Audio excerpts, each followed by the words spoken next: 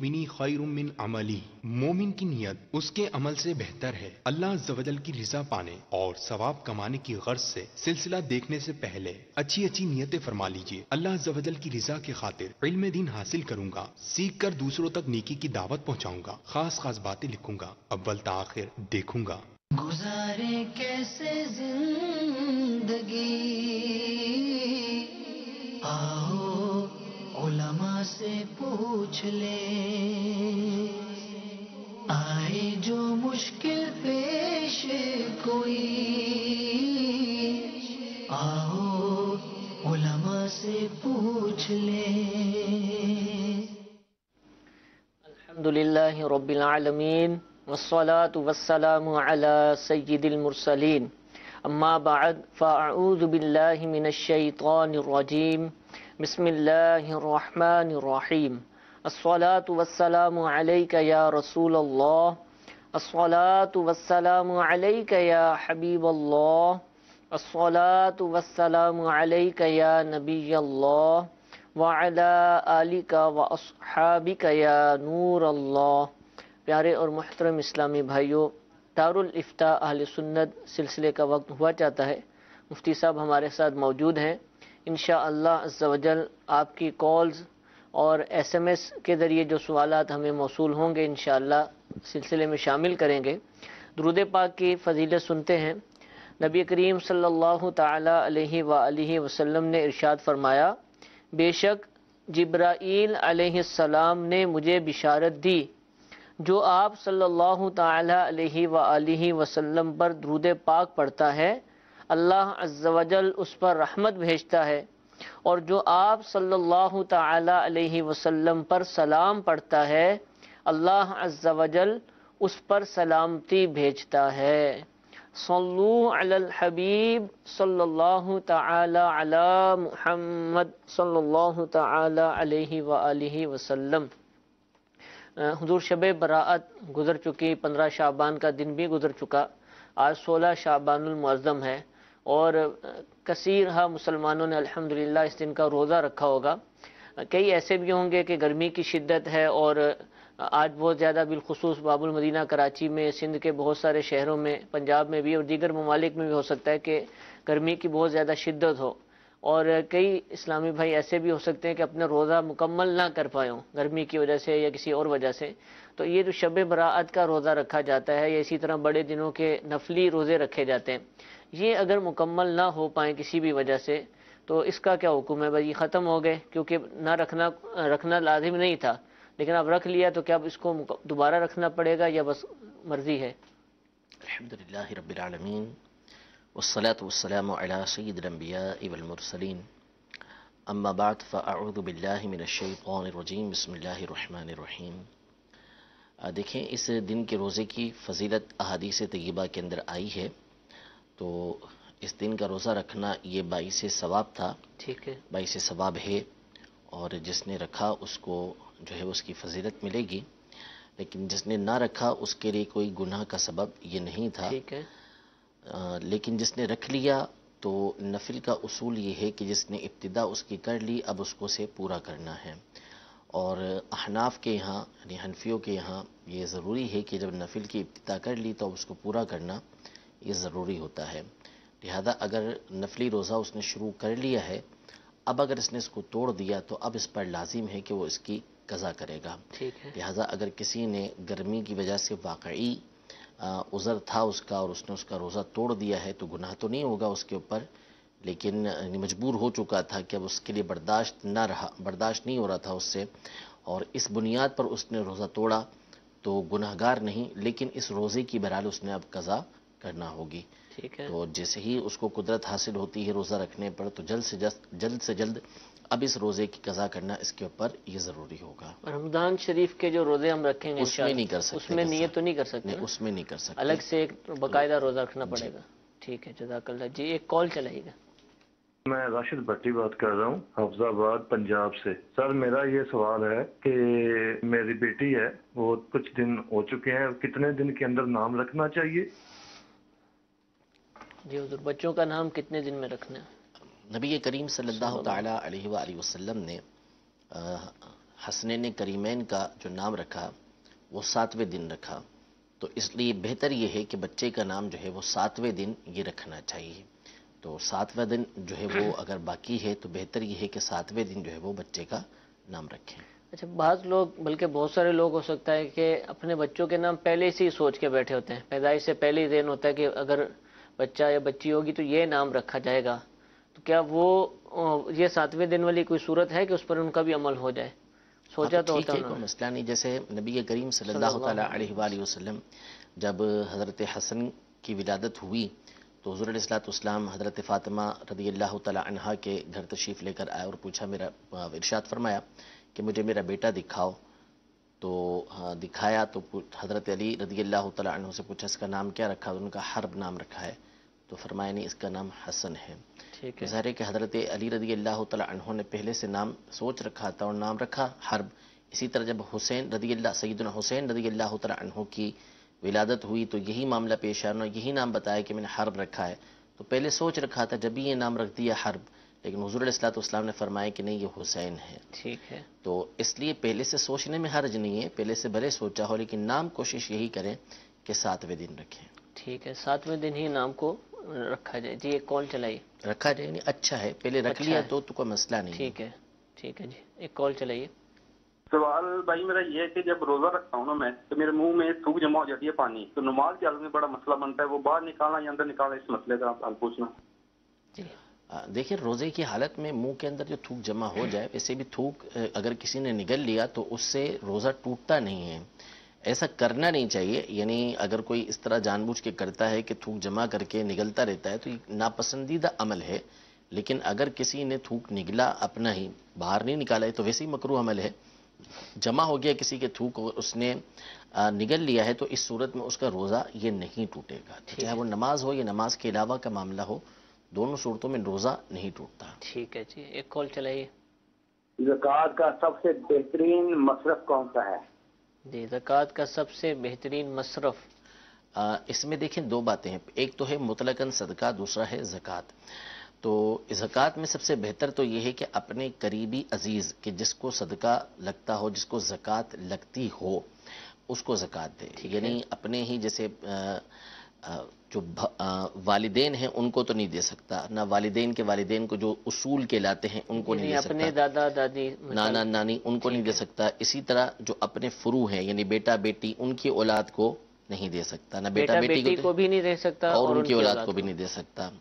تو ان کو نہیں دیا جا سکتا. اسی طرح میاں بیوی ایک دوسرے کو نہیں دے سکتے. اس کے علاوہ جو بہن بھائی ہیں، یہ اگر یہ مستحق ہیں زکوٰۃ کے، بھائی بہن کو یا بہن بھائی کو یا پھپھی خالہ ماموں تایا چچا، ان کو زکوٰۃ دی جا سکتی ہے جبکہ ان کو زکوٰۃ لگتی ہو.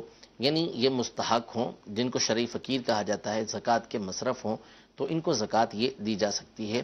تو ایسوں کو زکوٰۃ دینا یہ اولا اچھا ہے، بہتر ہے کہ اس میں زکوٰۃ بھی ہے اور صلہ رحمی بھی ہے. ٹھیک ہے. تو اچھا ہے کہ ان کو زکوٰۃ دی جائے جبکہ زکوٰۃ ان کو لگتی ہو. دوسرا یہ کہ اگر یہ نہیں ہے مثال کے طور پر تو آپ نے زکوٰۃ دینی ہے یا صدقہ دینا ہے، تو اس میں یہ دیکھ لیا جائے کہ ضرورت کہاں پر ہے. تو جہاں پر ضرورت ہو اس جگہ پر زکوٰۃ دینا یا صدقہ دینا یہ بہتر ہے. زکوٰۃ تو ظاہر سی بات ہے کہ جہاں شریعت نے مقرر کر رکھی ہے اسی کو دیں گے. زکوٰۃ ہر جگہ پر لگتی نہیں ہے. زکوٰۃ شرعی فقیر ہی کو دینا ہوگی یا جہاں پر زکوٰۃ جس کو آپ مالک کر سکیں اس مقام پر ہی آپ زکوٰۃ دے سکیں گے. باقی اس کے علاوہ جو صدقہ ہوتا ہے، صدقہ چونکہ اس میں مالک کرنا یہ شرط نہیں ہوا کرتی ہر صدقے کے اندر، تو جہاں پہ مالک کرنا شرط نہیں ہوتی دوسرے مقامات پر بھی آپ اس کو خرچ کر سکتے ہیں. جیسے نفلی صدقہ ہے تو اس کے ذریعے سے مثال کے طور پر آپ پانی کی سبیل لگانا چاہتے ہیں، یا آپ جو ہے وہ مدرسے کی تعمیر کرنا چاہتے ہیں، یا آپ جو ہے وہ کسی ایسے کو دینا چاہتے ہیں کہ جس کو زکوٰۃ نہیں لگتی اور اس کی آپ نفلی صدقے کے ذریعے مدد کرنا چاہتے ہیں تو آپ کر سکتے ہیں.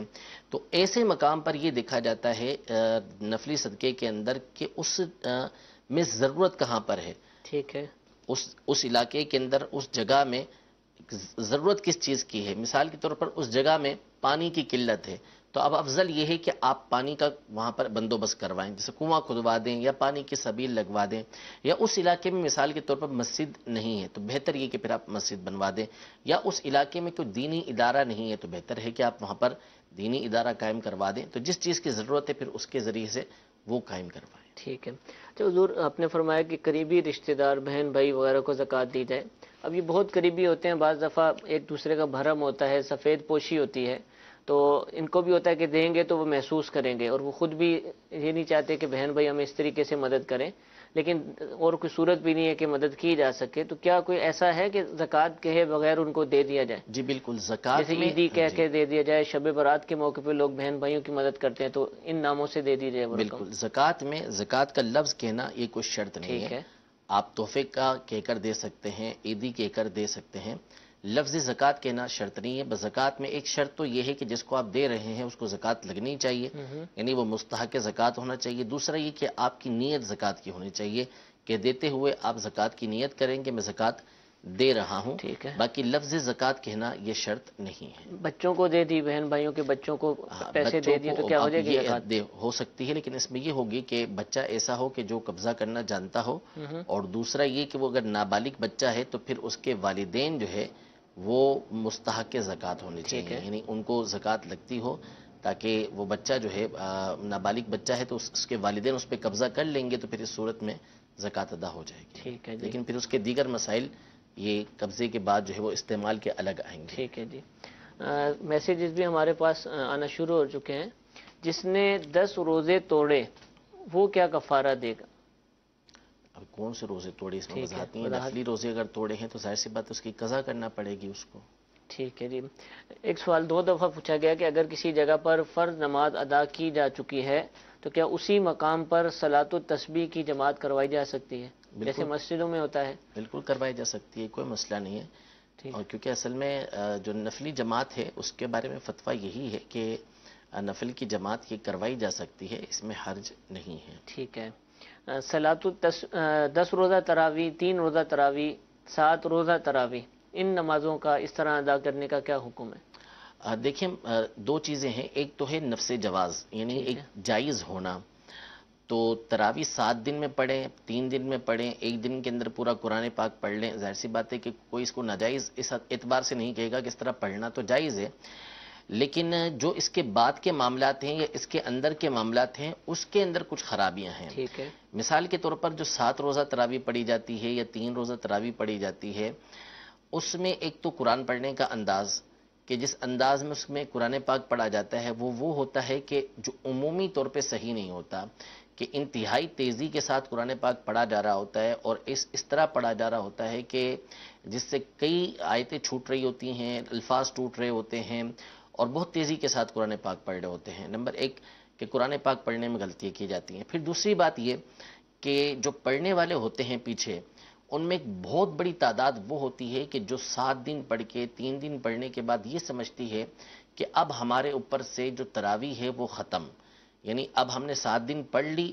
پورا قرآن پاک سن لیا، تو اب ہم نے جو بقایا جو ایام ہیں رمضان کے وہ تراویح نہیں پڑھنی، اب ہم فارغ ہو گئے. یہ بالکل غلط ہے.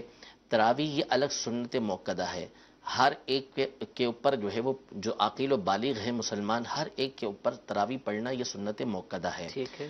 جماعت یہ سنت موقدہ علی الکفایہ ہے، یعنی چند افراد بھی اگر جماعت قائم کر لیں گے تو وہ تو سنت موقدہ جماعت کی ادا ہو جائے گی، لیکن ہر ایک کے اوپر علیحدہ سے تراویح پڑھنا یہ سنت موقدہ ہے.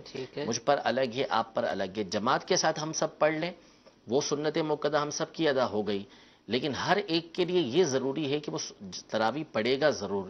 اگر 3 روزہ 7 روزہ ہم نے پڑھ لی تو اس کے بعد بھی ہم فارغ نہیں ہو گئے، ہم نے تراویح پڑھنی ہے. اب ہم جماعت سے پڑھیں الگ سے پڑھیں یہ ایک الگ میٹر ہے کہ ہم بھلے الگ سے بھی پڑھیں، لیکن پڑھنا پڑے گی. ایک بڑی تعداد ہے کہ جو یہ سمجھ رہی ہوتی ہے کہ 3 روزہ یا 7 روزہ پڑھنے کے بعد ہم اس سے فارغ ہو چکے ہیں، تو ایسا نہیں ہے، بلکہ آپ نے تراویح اب بھی پڑھنی ہے. تو جو یہ سمجھتے ہیں وہ یہ بہت بڑی غلطی کر رہے ہوتے ہیں. اسی طرح اس میں ایک بہت بڑا معاملہ یہ ہوتا ہے کہ 7 روزہ تراویح یا 3 روزہ تراویح جہاں ہو رہی ہوتی ہے وہ ایسے مقام پر ہو رہی ہوتی ہے کہ جہاں قریب میں ایسی مسجد ہوتی ہے کہ جو اہل سنت کی مسجد ہے، کہ جہاں پر جماعت لوگوں کے اوپر واجب ہو رہی ہوتی ہے. اب ایک بڑی تعداد ہے کہ جن کے اوپر عشاء کی جماعت واجب ہے، لیکن وہ عشاء کی جماعت کو چھوڑ کر وہ 7 روزہ تراویح یا 3 روزہ تراویح والی جگہ پر چلے جاتے ہیں. عشاء کی جماعت چھوڑی جو ان کے اوپر واجب تھی، اس کا گناہ لیا، اور وہاں جا کے وہ جماعت جو ان کے پر واجب نہیں ہے اس مقام پہ پڑھتے ہیں اور اس گناہ کو اپنے سر لیتے ہیں. تو یہ لازم ہے کہ آپ جماعت کے ساتھ عشاء کی نماز پڑھیں، پھر اس مقام پہ جا کے اگر آپ تراویح پڑھ یا پڑھ رہے ہیں وہاں پر تو جا کے آپ تراویح پڑھیں. پھر اس کے بعد جب آپ 7 روزہ سے فارغ ہو جاتے ہیں تو پھر آپ اپنی تراویح لازمی طور پر پڑھیں گے، اس کو کسی صورت آپ چھوڑیں گے نہیں. تو ان چیزوں کو پیش نظر رکھنا پڑے گا.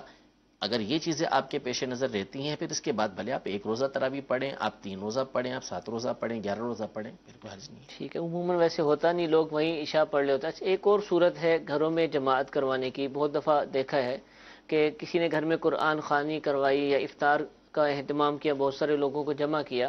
مسجد میں جا سکتے تھے، وہیں نماز پڑھتے ہیں عام طور پر، لیکن آج یہاں جماعت کروانی ہے کہ چلیں اس کی وجہ سے ہمارے گھر میں برکت ہوگی. تو کیا یہ سوچ کر جماعت حالانکہ واجب تھی گھر میں جماعت کروائی جا سکتی ہے؟ برکت دینے والی اللہ تبارک و تعالیٰ کی ذات ہے، اور برکت اسی صورت میں ہوگی جب اب اللہ تبارک و تعالیٰ کی فرما برداری کریں گے، ٹھیک ہے. اللہ تبارک و تعالیٰ کے حکم کی پیروی کریں گے، نہ یہ کہ اللہ تبارک و تعالیٰ کی نافرمانی کریں اور پھر اس کے بعد جو ہے وہ ہم برکت کے طلبگار رہیں. تو اللہ تبارک و تعالیٰ کی بات نہ مان کر برکت کا جو ہے وہ طالب رہنا عجیب سی بات ہے. ٹھیک ہے. تو ہمارے پر لازم تو اللہ تبارک و تعالیٰ کی طرف سے جماعت میں جانا ہے اور پھر اس کے بعد جو ہے وہ ہم طلبگار جو ہے برکت کے ہیں، یہ عجیب سی بات ہے. تو ایسا بالکل نہیں ہے، غلط بات ہے یہ بالکل کہ جماعت اپنے گھر میں کروا لینا، جانا لازم ہے. اگر وہاں پر جماعت واجب ہوتی ہے تو مسجد میں جا کر ہی جماعت کروائیں گے. ٹھیک ہے جی، جزاک اللہ. ایک کال چلائے گا. میرا سوال یہ ہے کہ دانتوں سے خون نکلنے سے جو ہے وہ روزہ ٹوٹ جاتا ہے یا نہیں؟ اگر تھوڑا سا خون جو ہے ویسے وضو کرتے آ جائے دانتوں میں؟ نہیں، فقط آنے سے تو نہیں ٹوٹے گا، یہ تو اب حلق سے اترا، کم تھا یا زیادہ، اس کا ذائقہ محسوس ہوا یا نہیں ہوا، یہ مختلف صورتیں اس کی بنتی ہیں. فقط خون آنے سے روزہ نہیں ٹوٹے گا. ٹھیک ہے جی. ایک اور کال چلائیے. مفتی صاحب سے سوال تھا کہ جو پیسے کسی کو قرض دیے ہوں، ادھار دیے ہوں، لیکن اس نے بھی واپس نہ کیا ہو تو اس کے اوپر بھی جو ہے وہ زکوٰۃ ہوگی یا کہ وہ زکوٰۃ سے اس پہ زکوٰۃ نہیں ہوگی؟ جو قرض دیا ہوا ہے اور ملنے کی امید بھی ہے اس کی، تو اس صورت میں اس کے اوپر زکوٰۃ دینا تو لازم ہے کہ اس نے زکوٰۃ یہ دینی ہے. البتہ یہ ہے کہ اس زکوٰۃ تو اس کی فرض ہو گئی اس کے اوپر. جب اس کے اوپر زکوٰۃ لازم ہوتی ہے دیگر پیسوں کی دینا، اس وقت اس کی بھی زکوٰۃ اس کے اوپر لازم ہوتی ہے. لیکن دینا جو فرض ہوگا کہ کب اس نے دینی ہے، یا تو اس وقت ہوگی جب کہ مکمل رقم اس کو مل جائے، یا نصاب کا 5واں حصہ اس کو مل جاتا ہے. یعنی یا تو پوری رقم مل گئے اس وقت دینا فرض ہوگا یا 5واں حصہ فرض ہوگا. لیکن اب مسئلہ یہ ہے کہ مثال کے طور پہ 5 سال کے بعد پوری رقم ملتی ہے تو اب 5 سال کی پوری زکوٰۃ اس کو ایک ساتھ دینا پڑے گی. تو اس لیے بہتر یہ ہے کہ جب اس کے اوپر زکوٰۃ فرض ہوتی ہے تو پھر ہر سال وہ اس رقم کی زکوٰۃ دیتا چلا جائے. اس لیے اس صورت میں اس کے لیے آسانی ہو جائے گی، ورنہ 5 سال کی ایک ساتھ دینا مشکل پڑ جائے گا. تو اس لیے بہتر یہ ہے کہ ہر سال زکوٰۃ نکالتا چلا جائے، دینا پڑے گی اس رقم کی زکوٰۃ. ٹھیک ہے حضور. سوال یہ پوچھا گیا ہے میسیج کے ذریعے کہ کیا کوئی شخص اپنی منگیتر سے بات چیت کر سکتا ہے؟ اب چاہے فون پر ہو چاہے براہ راست ہو. نہیں کر سکتا، یہ اس کے لیے نامحرم ہے، بلکہ منگیتر جو حالات ہیں اس کے اعتبار سے اس کا حکم جو ہے وہ نامحرم کے مقابلے میں اور سخت ہے. یعنی عام نامحرم جو ہوتی ہے اس کے مقابلے میں اور سخت ہے، کیونکہ لوگ اس کو عام طور پہ یہ سمجھتے ہیں گویا کہ منگنی کے بعد جو ہے وہ یہ نامحرم نہ رہی. ایسا نہیں ہے، منگنی فقط ایک وعدہ ہے، اس کی بنیاد پر جو ہے وہ نامحرم ہی رہتی ہے، محرم نہیں بن جاتی. تو جس طرح دیگر نامحرم لڑکیوں سے بات کرنا یہ ناجائز ہے، اسی طرح اس سے بھی ناجائز و حرام ہی ہے. ٹھیک ہے جی. ایک کال چلائیے. کیا خرگوش پال سکتے ہیں؟ کچھ لوگ کہتے ہیں کہ خرگوش پالنا برا ہے اور اس سے گھر میں تندرستی آتی ہے. جی حضور، خرگوش کے حوالے سے سوال ہے. یہ پچھلی دفعہ بھی غالباً سوال ہوا تھا، تفصیل سے بتایا تھا میں نے کہ خرگوش پالنے میں ویسے تو حرج نہیں ہے، لیکن اس کو دیکھ لیا جائے کہ یہ کہاں پال رہے ہیں. کہ خرگوش جو ہے وہ عام طور پر تو یہ جو پالا جاتا ہے وہ کچے علاقوں کے اندر پالا جاتا ہے، اور خرگوش کی عادت ہوتی ہے کہ وہ سرنگ بناتا ہے، تو جس کی وجہ سے بنیادیں کچی ہو جاتی ہیں اور لوگوں کے جو پڑوس والے جو ہوتے ہیں وہ اس کی وجہ سے تنگ آ جاتے ہیں. تو اگر ایسا ہے تو پھر اس صورت میں سے اجتناب کرنا چاہیے. اور اگر ایسا نہیں ہے، آپ شہر کے اندر جو ہے وہ خرگوش پال رہے ہیں جہاں پکی زمینیں ہیں، تو ٹھیک ہے پال سکتے ہیں، لیکن اس صورت میں بھی اس کا خیال رکھنا یہ ہر صورت میں ضروری ہے کہ اس کو کسی طرح کی تکلیف آپ نہ پہنچائیں۔ ٹھیک ہے، کیا اسلامی بہن مخصوص ایام میں مدنی قاعدہ چھو یا پڑھ سکتی ہیں؟ چھو تو سکتی ہیں، لیکن اس کے وہ مقامات کہ جہاں قرآنی آیات لکھی ہوئی ہیں اس مقام کو یا اس کے عین پیچھے نہیں چھو سکتی ہیں، اور بہتر ہے کہ اس کو جب چھونے لگے مدنی قاعدے کو بھی تو بھی دستانہ یہ پہن لیں، بغیر دستانے کے اس کو نہ چھوئیں۔ اور جہاں تک پڑھنا ہے تو قرآنی آیات تو اس کی نہیں پڑھ سکتی، اس کو پڑھنے کی اجازت نہیں ہے۔ ٹھیک ہے، جو بعض اسلامی بہنیں بچوں کو پڑھاتی ہیں وہ بھی نہیں پڑھ سکتی، صرف جو مفردات ہیں وہ پڑھ سکتی ہیں، اور قرآنی آیات جو پڑھانے کی ہیں وہ بھی توڑ کے ایک ایک کلمہ یہ پڑھا سکتی ہیں۔ ٹھیک ہے جی۔ اچھا، کیا اس باری کے دنوں میں روزے رکھے جا سکتے ہیں؟ نہیں رکھیں گے، باری کے دنوں میں روزہ رکھنا یہ حرام ہے۔ جو فرض روزے ہیں وہ بھی چھوڑ دیں گی، اور جب باقی کے ایام ہوں گے تو اس میں اس کی قضا کریں گی۔ ٹھیک ہے، باقی کے ایام میں اس کی قضا کریں گے، یعنی جو فرض روزے ہیں اس کی قضا کریں گے۔ ٹھیک ہے جی، ایک کال چلائیے گا۔ میرا سوال ہے کہ پنجتن پاک اور 11ویں شریف کے پیسے جمع کیے ہوئے ہیں، اگر وہ کسی کی مدد کرتی جائے وہ بہتر ہے یا ختم کروانا بہتر ہے؟ پنجتن پاک کے نام پر اور 11ویں شریف کے لیے پیسے جمع کیے ہیں، اب ان پیسوں سے ختم شریف دلایا جائے یا پھر کسی کی مدد کرنا بہتر ہے؟ دیکھیں، اگر واقعی کوئی ایسا مستحق آپ کے نظروں کے سامنے ہے، اور چونکہ پنجتن پاک ہو یا 11ویں شریف کے پیسے ہوں، دونوں ایک مستحب عمل ہے، نفلی عمل ہے، تو ان دونوں کی رضا اسی کے اندر ہے کہ سامنے اگر کوئی مستحق آ جاتا ہے تو پنجتن پاک کی بھی رضا اسی کے اندر نظر آتی ہے، اور غوث پاک رضی اللہ تعالیٰ عنہ کی رضا بھی اسی کے اندر نظر آتی ہے کہ کسی غریب کی مدد کر دی جائے۔ تو واقعی آپ کو نظر آ رہا ہے سامنے کو مستحق، تو ان کے ایصال ثواب کے لیے پنجتن پاک رضی اللہ تعالیٰ عنہم کے لیے، اور اسی طرح جو ہے وہ غوث پاک رضی اللہ تعالیٰ عنہ کے ایصال ثواب کے لیے آپ کسی غریب کی مدد کر دیجیے، زیادہ بہتر ہے۔ یہ تو انہوں نے خود جمع کیے نا، اگر بہت سارے لوگوں سے جمع کیے تھے اس نام پر پھر تو ظاہر ہے کہ پھر تو نہیں کر سکتے، جب تک کہ ان کی اجازت نہ ہو اس وقت تک نہیں کر سکتے۔ ٹھیک ہے، ٹھیک ہے جی۔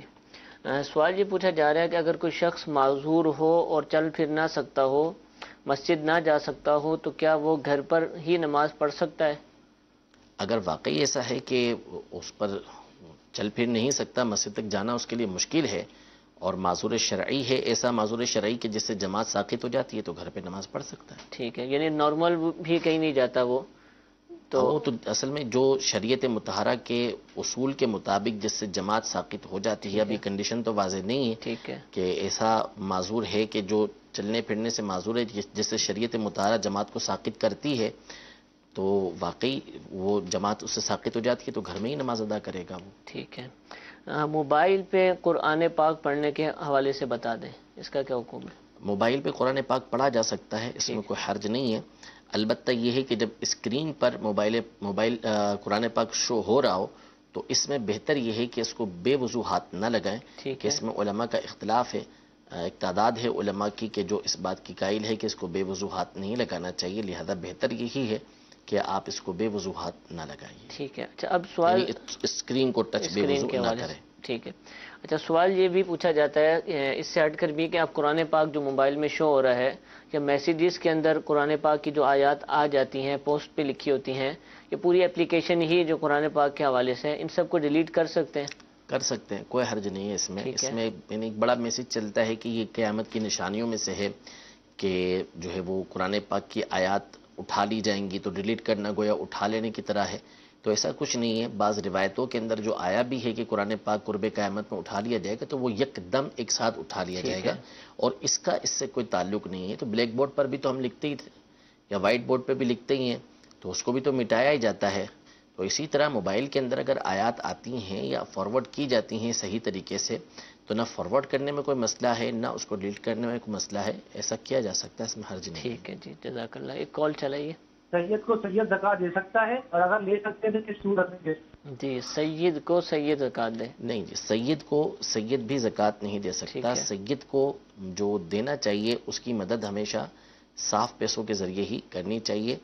نبی کریم صلی اللہ تعالیٰ علیہ وسلم نے واضح طور پہ فرما دیا کہ جو آل محمد ہیں وہ یہ صدقات نہیں کھاتے، یہ مال کا میل ہے، اور نبی کریم صلی اللہ تعالیٰ علیہ وسلم کی آل اس سے پاک ہے کہ مال کا میل یہ کھائے۔ سید کو ستھرا پیسہ یہ دینا چاہیے، سید بھی سید کو زکوٰۃ نہیں دے سکتا۔ ٹھیک ہے، اب جس طرح فی زمانہ مہنگائی ہے، بظاہر وہ غریب بھی نظر آتے ہوں، سب لوگ زکوٰۃ لے کر گزارا کر رہے ہیں، اپنے مال سے کر رہے ہیں، تو ایسے میں ہمیں کیا کرنا چاہیے ان کی خدمت کے حوالے سے؟ کہ ہمیں جیسے اپنی زکوٰۃ نکال لیں تو کچھ ان کے لیے بھی الگ کرنا چاہیے کہ نہیں؟ بالکل کرنا چاہیے۔ اعلیٰ حضرت امام اہل سنت رحمۃ اللہ تعالی نے بڑی اس کے بارے میں جو ہے وہ تنبیہ فرمائی ہے کہ یہ جو کچھ ہمارے پاس ہے وہ نبی کریم صلی اللہ تعالیٰ علیہ وآلہ وسلم ہی کا ہے، آپ علیہ الصلوۃ والسلام کے صدقے میں ہی ہمیں ملا ہوا ہے، تو انہی کے نانا جان کا ہمارے پاس ہے، تو ہم انہی کو جو ہے وہ نہ دیں، اور یہ دیکھیں کہ ہم ان کے پاس ان کو زکوٰۃ دیں۔ یعنی ہم یہ کیوں نہیں سوچتے کہ جو کچھ ہمارے پاس ہے وہ ان کے نانا جان کا ہے، تو اگر ہم ان کو دے رہے ہیں تو ان کے نانا جان ہی کا تو دے رہے ہیں، اپنا کیا دے رہے ہیں؟ تو ہمیں چاہیے کہ ہم اپنے مال میں سے بخوشی ان تک پہنچایا کریں، یعنی خوشی خوشی ہمیں ان تک پہنچانا چاہیے۔ اور یہ بات یاد رہے کہ جب ان تک مال پہنچایا جاتا ہے نا، بعض کے بڑے پیارے الفاظ ہوتے ہیں کہ دوسروں کو تو ہم یہ کہیں نا کہ ان کو میں نے مال دیا، ہم کسی کو دیتے ہیں اپنے مال میں سے کچھ دیا، وہ لوگ سید کے لیے یہ لفظ بھی استعمال نہیں کرتے کہ میں نے ان کو دیا، ٹھیک ہے، اپنے مال میں سے ان کو دے دیا۔ بولے ان کو دینا کیا، یہ ہے ان کا تو دینے کی بات کیا، ان تک میں نے پہنچا دیا، ٹھیک ہے، جو ان کا تھا ان تک پہنچا دیا۔ تو الفاظ بھی وہ استعمال کریں کہ ہے ان کا تو ان کو دینے کی بات کیا ہو گئی، ان تک پہنچانے کی بات ہو گئی۔ تو اصل یہ ہے کہ جب ان تک پہنچایا جاتا ہے تو اللہ تبارک و تعالیٰ ان تک پہنچانے کی برکت سے مال کے اندر برکتیں بڑی عطا فرماتا ہے، اور یہ قابل مشاہدہ، یہ وہ چیز ہے کہ جو دیکھی جاتی ہے، وہ چیز نہیں ہے کہ جو ہوائی بات ہو، مشاہدے والی بات ہے کہ دیکھا جاتا ہے کہ جو سادات کی خدمت کرتا ہے اللہ تبارک و تعالیٰ اس کے مال کے اندر برکتیں بہت عطا فرماتا ہے۔ عام لوگوں کی مدد کرتا ہے تو اللہ تبارک و تعالیٰ اس کی مال میں برکتیں دیتا ہے، تو سادات کی خدمت کی بنیاد پر اللہ تبارک و تعالیٰ مال میں برکتیں زیادہ عطا فرماتا ہے۔ سادات کی خدمت دل کھول کے کرنی چاہیے۔ نبی کریم صلی اللہ تعالیٰ علیہ وآلہ وسلم غنی ہیں، اور ان کے صدقے میں ان کی اولاد بھی غنی ہے، جب ان تک پہنچاتے ہیں تو اللہ تبارک و تعالیٰ نبی کریم صلی اللہ تعالیٰ علیہ وسلم خوش ہوتے ہیں، اور ہمارے مال کے اندر برکتیں ہوتی ہیں، اور اللہ تبارک و تعالیٰ کی عطا سے نبی کریم صلی اللہ تعالیٰ علیہ وسلم اس کا بہترین بدل جو ہے وہ دنیا میں ہی عطا فرماتے ہیں۔ تو ان تک مال پہنچانا چاہیے، اپنے مال میں سے کچھ نہ کچھ حصہ ان کے لیے رکھ لینا چاہیے، اچھے سے اچھا مال ان تک پہنچانا چاہیے، انشاءاللہ تبارک و تعالیٰ اس کا فائدہ حاصل ہوگا۔ تو یہ نہیں کہ زکوٰۃ ہی سے کوشش کریں کہ دیں، ہاں انتہا ہو جائے نا کہ بالکل نہیں ہے ہمارے پاس، تو پھر جا کے جو ہے وہ شرعی ہیلے کی علماء نے اجازت دی کہ اب جا کے دل کڑا کر کے جو ہے وہ بندہ شرعی ہیلا کرے، ورنہ اس سے پہلے شرعی ہیلا بھی نہیں بلکہ صاف ستھری رقم ان تک بندہ پہنچانے کی کوشش کرے۔ ٹھیک ہے، اور ہمیں چاہیے کہ ہمارے قرب و جوار میں اگر سادات کرام ہو، شہزادگان ہوں، تو ان کے نوبت نہ آئے کہ یہ ہاتھ پھیلائیں اور طلب کریں، ہمیں خود ہی کوشش کر کے سب سے پہلے ان تک پہنچنا چاہیے اور ان کی خدمت کرنی چاہیے، ان کا مال جو ہے ان تک پہنچانا چاہیے، انشاءاللہ اس کی برکتیں نصیب ہوں گی۔ سوال یہ پوچھا جا رہا ہے کہ کیا اسلامی بہن یعنی عورت جو ہے وہ ڈرائیونگ کر سکتی ہیں؟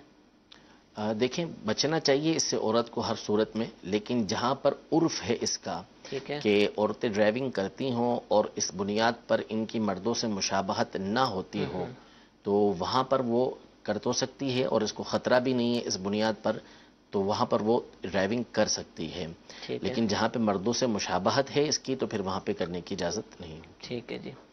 پرانی صف یا مصلے جو مسجد میں ہو اس کی جگہ نئے مصلے آ گئے تو ان کا کیا کرنا ہوگا؟ اب دیکھا جائے گا کہ وہ مسجد کے چندے سے خریدے گئے ہیں یا کسی نے جو ہے وہ ڈونیٹ کیے تھے، اگر تو وہ کسی نے ڈونیٹ کیے تھے تو اس سے پوچھا جائے گا کہ جس نے آپ پہلے تو یہ دیکھیں گے کہ وہ بعد میں کام آ سکتے ہیں یا نہیں آ سکتے، اگر تو بعد میں کام آ سکتے ہیں تو اس کو سنبھال کے رکھا جائے گا، اور اگر نہیں آ سکتے تو جس نے دیے ہیں اس سے معلوم کر لیں، وہ جو کہتا ہے اس کے مطابق اس کا استعمال کر لیں، بیچ کے کسی اور کام میں استعمال میں لے لیں، اور اگر وہ مسجد کے چندے سے خریدے گئے ہیں بعد میں کام بھی نہیں آ سکتے تو اب متولی جو ہے وہ اس کو دیگر کے مشورے کے ساتھ اچھی قیمت کے اندر فروخت کر کے مسجد کے کسی اور کام میں استعمال میں لے لیں. اچھا حضور، مسجد کی دریاں چٹائیاں ویسے تو لوگ بہت دیر سے بدلتے ہیں، لیکن بعض مساجد ایسی ہوتی ہیں کہ مخیر حضرات بہت ہوتے ہیں، تو ان کی خواہش ہوتی ہے کہ چیزیں آتی رہیں، تو کوئی ٹائم پیریڈ ہے کہ چیز اس حیت تک، اس مقام تک پہنچ جائے اس کے بعد ہی بدلی جا سکتی ہے؟ لیکن یا جب بھی کوئی پیسے لے کر آ گیا کہ دریاں بدل دو تو دریاں بدل دی، مسلح بدل دو تو مسلح بدل دو. جب تک قابل استعمال ہوں، ایسی ہوں کہ جو استعمال ہو سکتی ہیں، استعمال کرنی چاہیے. ٹھیک ہے. اور جو پیسے آ رہے ہیں وہ کسی اور اچھے کام کے اندر استعمال کرنے کے لیے ذہن بنا دیا جائے اس کا. ٹھیک ہے، اس کو سمجھایا جائے. جی ایک کال چلائیے.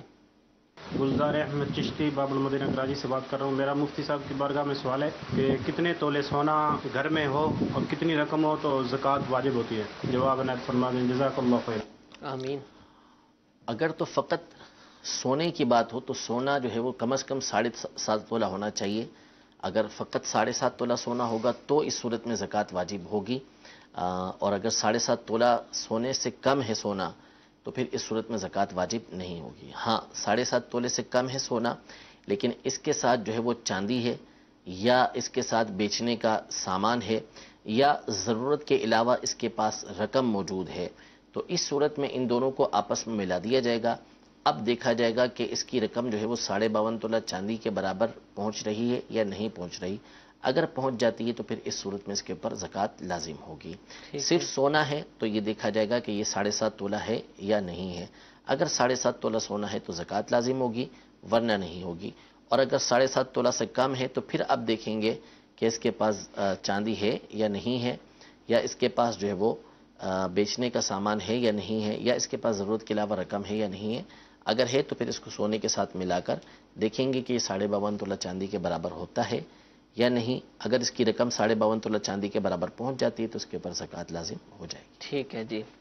سوال یہ پوچھا جا رہا ہے کہ اگر کوئی عورت جو ہے وہ حاملہ ہے اور بچے کی پیدائش ہونے ہی والی ہے تو کیا اس کو بھی روزے رکھنے ہوں گے؟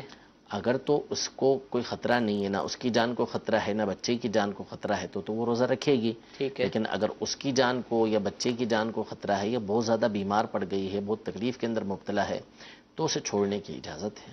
ٹھیک ہے. ڈاکٹر سے پوچھنا پڑے گا یا خود فیصلہ کرے گی؟ خود تجربہ ہے اس چیز کا یا ایسی ماہر ڈاکٹر کے جو واقعی پتہ چلتا ہے کہ یہ اسلام سے دور نہیں ہے. جیسے بعض ڈاکٹر ہوتی ہیں کہ جو اسلام کو پسند نہیں کرتی یا دینی معاملات کو پسند نہیں کرتی، بات بات پہ مشورہ دے دیتی ہیں روزہ چھوڑ دو، نماز پڑھنا چھوڑ دو، بیٹھ کے نماز پڑھ لو، یہ کر لو. ایسی نہیں ہے، مشورہ دیتی ہیں کہ واقعی سمجھ آتی ہے اس کی بات کہ وہ دین بیزاری کی وجہ سے ایسا نہیں کہہ رہی، تو پھر ٹھیک ہے اس کی بات مان لے، اور جو ہے وہ سمجھ آتی ہے اس کی بات کہ ایسے موقع پر جو ہے وہ روزہ رکھے گی تو اس کے لیے اس کے بچے کے لیے پریشانی کا سامنا ہوگا. یا علماء اس طرح فرماتے ہیں کہ وہ ایسا ڈاکٹر کے جو غیر فاسق ہے، ٹھیک ہے، تو اس کی بات سمجھ آتی ہے اس کی بات کہ اس نے مشورہ دیا ہے کہ تم اگر روزہ رکھو گی تو اس صورت میں تمہاری یا بچے کی جان کو خطرہ ہے، تو پھر اس صورت میں وہ روزہ نہ رکھے. ٹھیک ہے حضور. پوچھا یہ جا رہا ہے کہ کیا صرف غسل کر کے نماز پڑھی جا سکتی ہے یا پھر اس کے بعد وضو بھی کرنا ہوگا؟ اب غسل دیکھیں، بندہ جب کرتا ہے تو جو غسل کرے گا تو اس میں اعضائے وضو کے اوپر پانی بہہ جاتا ہے. غسل کا جو طریقہ ہے اس میں وضو کے اعضاء کے اوپر پانی بہتا ہے، تو جب وضو کے اعضاء پر پانی بہہ گیا تو وضو ہو گیا، اب دوبارہ وضو کرنے کی ضرورت نہیں ہے، اسی کے ساتھ وہ نماز ادا کر سکتا ہے. ٹھیک ہے. پرائز بانڈ جو ہم مارکیٹ سے ریئل کاسٹ سے زیادہ پر پرچیز کرتے ہیں اس کا کیا حکم ہے؟ اس کو اون پر خریدنا کہتے ہیں. یہ خریدنا شرعاً تو جائز ہے، ٹھیک ہے، لیکن ایک مشہور ہے کہ یہ قانوناً درست نہیں ہے. اچھا. اگر واقعی ایسا ہے کہ قانوناً اس طرح درست نہیں ہے تو پھر شرع بھی اس سے منع کرے گی کہ اس طرح نہ کیا جائے. شاید بیچنے کے والے سے حکم ہو کہ لوگ جمع کر لیتے اور آخری دنوں میں. اگر ایسا ہے تو میں نے عرض کیا کہ قانون معلوم کر لیجیے. قانوناً ایسا ہے تو پھر شرع بھی اس سے منع کرے. شرعاً جائز ہے؟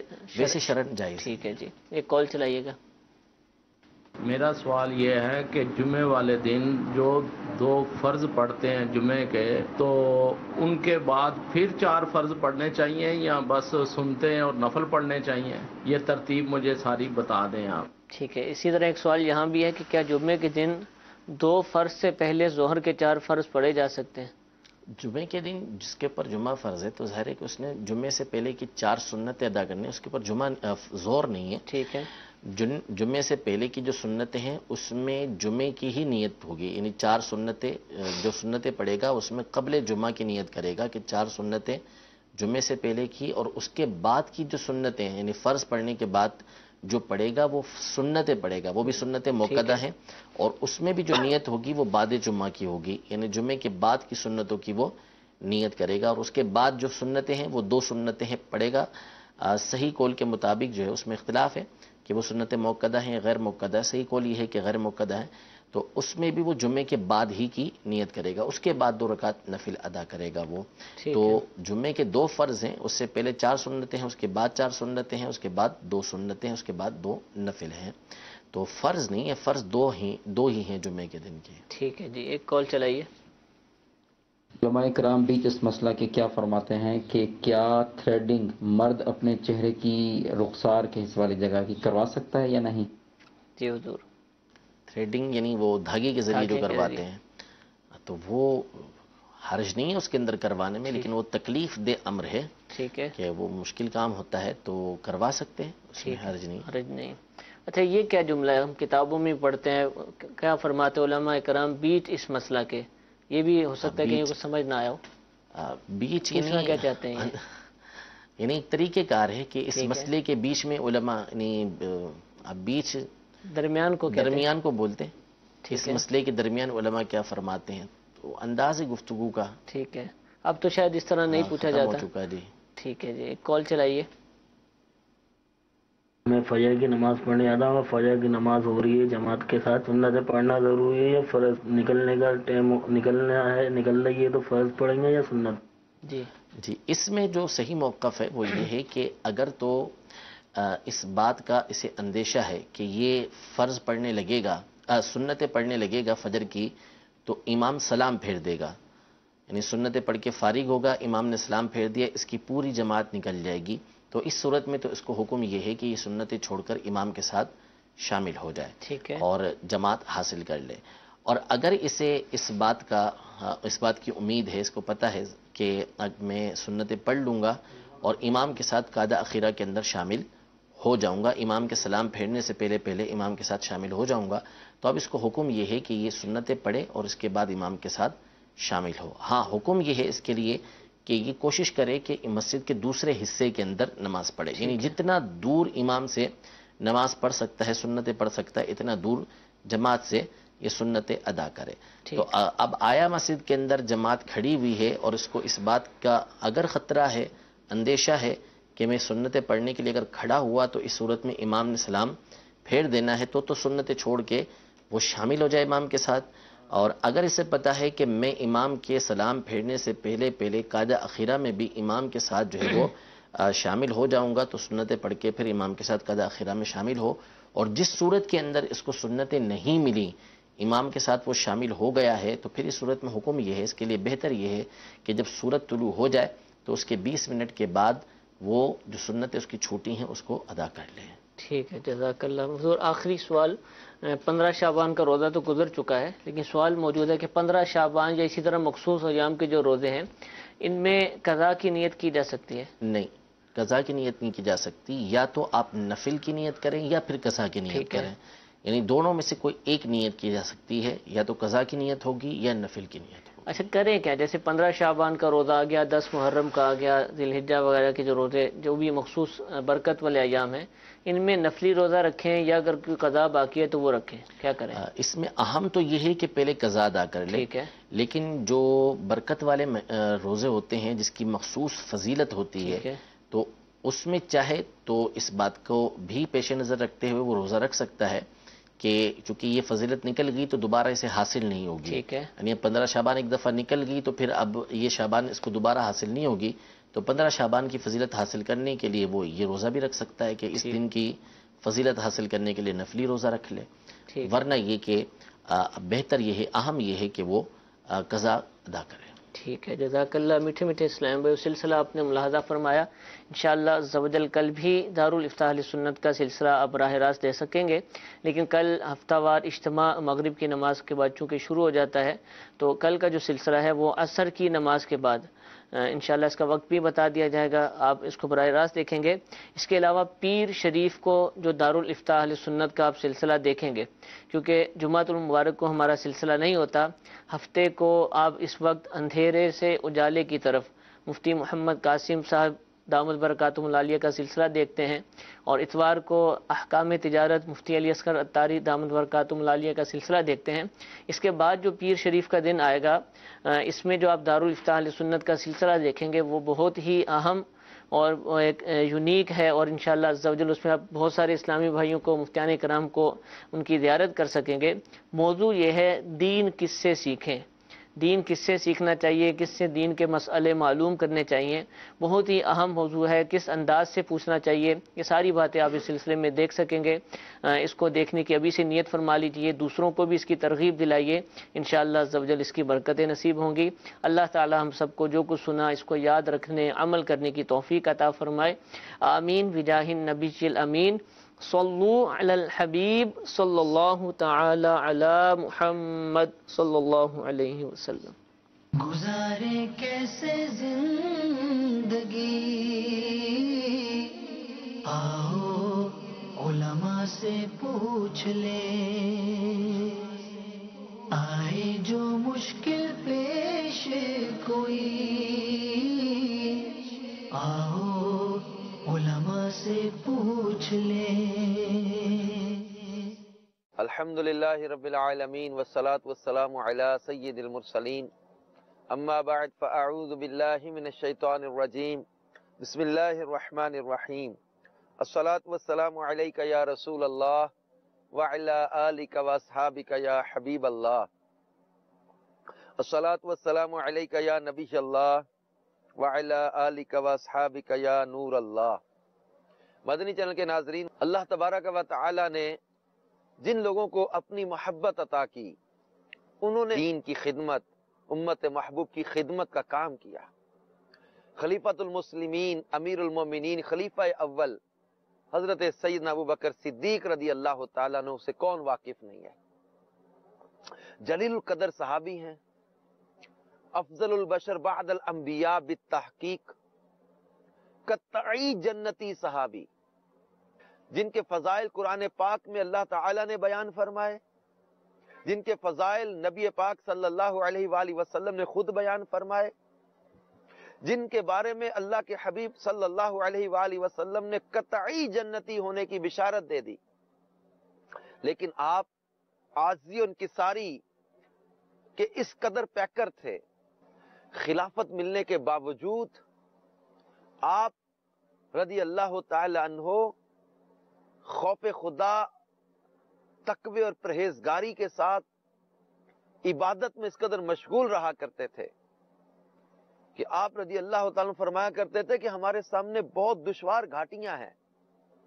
کبھی کبھی خوف کے غلبے کے سبب کہا کرتے تھے کاش میں کوئی درخت یا پیڑ ہوتا. خوف خدا کا غلبہ اتنا تھا کہ اپنے منہ میں پتھر رکھ لیا کرتے تھے کہ میری زبان سے کوئی نافرمانی کا جملہ نہ نکل جائے. اس قدر احتیاط والے، اس قدر تقوی والے، اس قدر پرہیزگاری والے. آپ کے فضائل پر بہت ساری احادیث ہیں، واقعات ہیں.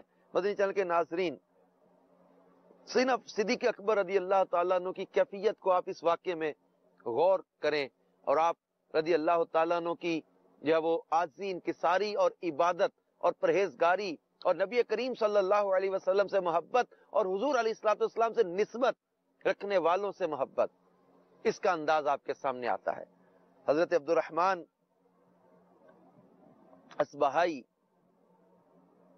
رضی اللہ تعالیٰ سے روایت ہے کہ حضرت سیدنا حسن بن علی المرتضی جب چھوٹے سے مدنی منع تھے تو سیدنا صدیق اکبر رضی اللہ تعالیٰ کے پاس آئے. آپ یعنی صدیق اکبر رضی اللہ تعالیٰ اس وقت